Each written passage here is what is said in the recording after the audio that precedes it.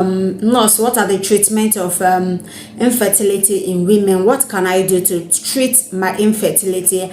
I've been trying to conceive and I don't know what to do. In today's video, I'm going to narrate what you should do. That is the treatment options for infertility in women, and I believe that you're going to enjoy this one.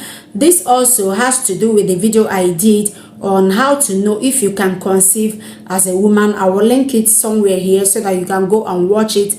That video is also a kind of telling you the treatment options for infertility in women, but I decided to tag it what it was in the previous video. So when it comes to infertility in women, the first one is, before you start seeking for treatment, make sure that you've had about 12 months of consecutive unprotected sexual intercourse with your husband. I don't mean where your husband is in Abuja, for those that are living in Nigeria and you are living in Enugu or in Onisha. You people used to see once in a month or twice in 3 months.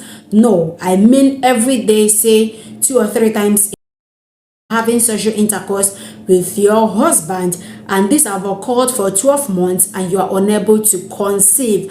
I don't mean that you've conceived though and the pregnancy go off. No, I'm talking of you're unable to test positive to your pregnancy test, the one that we run at home. The second thing is to go and visit a physician or to go and visit a gynecologist, because in some hospital, before you see the gynecologist, you need to see a physician first.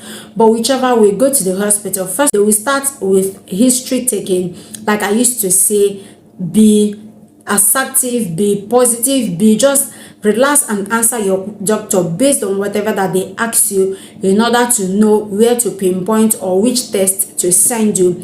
Then after your history taking, likely you may be sent for hormonal imbalance test. You may be sent for STIs, that is sexually transmitted infection test. You may also be sent for to check your general body, to check if there is presence of any infection or viral infection. These are the things that will be done in your first visit. Then after that first visit, depending on what your result is, then the doctor will proceed to the next line of treatment. And the next line of treatment sometimes is you will be sent for ultrasound. While you are being sent for ultrasound, with the ultrasound scan, they will check your uterus to make sure if there is any presence or if there is no presence of uterine fibroid, uterine polyps, endometriosis, presence of either uterine cancer, cervical cancer, or any problem at all with your uterus. Then this is what you go for ultrasound for. Then after the ultrasound, if the ultrasound is okay, the next thing that you'll be sent for is a procedure known as hysterosalpingogram, which is also known as HSG. They are being sent, when you be sent for this, is to make sure that your tubes are patent, because if the tubes are not patent, then fertilization may be a problem. So you'll be sent for this HSG. The doctor will not send it in the first time that you come. It's always towards the end that they will send you for this test, and it's a very painful test that is being done in the radiology unit. From there, they will check if your tubes are patent. Then if the tubes are patent, if one of the tubes are blocked, then the doctor will now decide on what to do. Now, for people that have what we call polycystic ovary syndrome, or people that have ovarian cyst, or people that have other underlying immune disorders, then another one is they will also check if you have any abnormality. Yes, there are some women that their vagina is not where your own vagina is. There are some women that their own uterus is not the same way that your own is.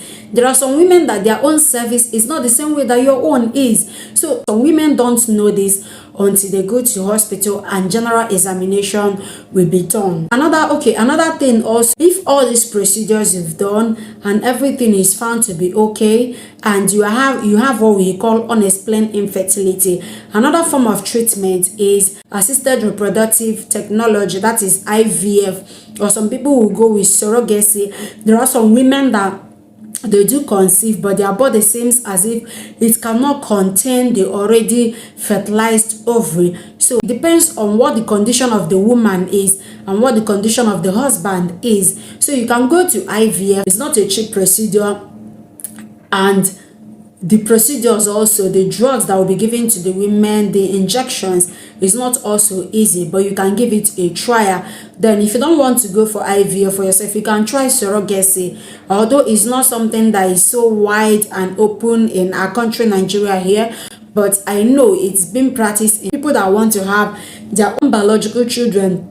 And what happens in surrogacy is the ova of the woman and the sperm of the man will be brought together, and if an embryo is being formed, it will be transferred to the body of that. A surrogate is just like a lady that want to help another woman to carry her pregnancy, so you can go for that one. So this is where we're going to stop for infertility in women, and bye.